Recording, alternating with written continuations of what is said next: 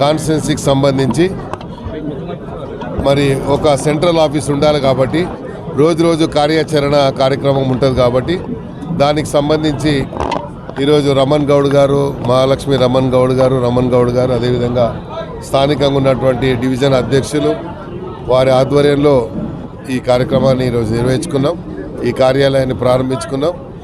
ఇప్పుడు వారి ఏరియా వైజ్గా వాళ్ళ కార్యాచరణ ఆల్రెడీ సిద్ధంగా ఉంది కాబట్టి మేము ప్రధానంగా ఈ ఎన్నిక అనేది చాలా ప్రాధాన్యత కూడుకున్నటువంటి ఎన్నిక కాబట్టి ప్రతి కార్యకర్త కూడా ఒక సైనికుల్లాగా పనిచేసి మరి కాంగ్రెస్ పార్టీ విజయానికి తోడ్పడాలని అందరితో కోరుకోవడం జరిగింది.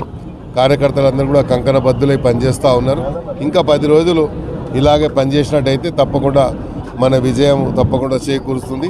రాహుల్ గాంధీ గారి నాయకత్వాన్ని బలపరిచిన అవుతాం, మన ప్రియతమ ముఖ్యమంత్రి రేవంత్ రెడ్డి గారి నాయకత్వాన్ని బలపరిచిన అవుతాం కాబట్టి తప్పకుండా అందరూ అలా సహకరిస్తారని ఆశిస్తూ మరి ప్రతి నియోజకవర్గం రోజు పాదయాత్రలు డోర్ టు డోర్ క్యాంపెయినింగ్ జరుగుతూ ఉంది. ప్రజల్లో కూడా అనుభవమైనటువంటి స్పందన ఉంది.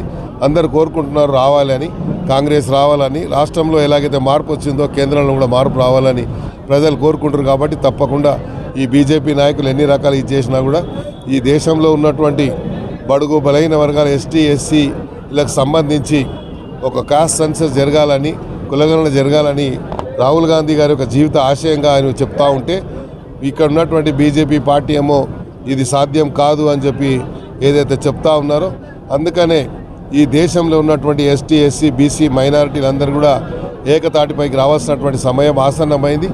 ఈ మళ్ళీ కులగణన జరిగినప్పుడే అన్ని రకాలుగా రాజకీయంగా ఉద్యోగపరంగా అన్ని రంగాల్లో నుంచి ఒక ఎక్స్రే తీసి వారి యొక్క సంఖ్యాపరంగా వాళ్ళకు న్యాయపరమైనటువంటి హక్కులు కల్పించాలని ఏదైతే నిర్ణయం తీసుకుందో దానికి దేశ ప్రజలందరూ కూడా ముక్త కంఠంతో ఈసారి కాంగ్రెస్ పార్టీకి సహకరించాలని కోరుకుంటున్నారు.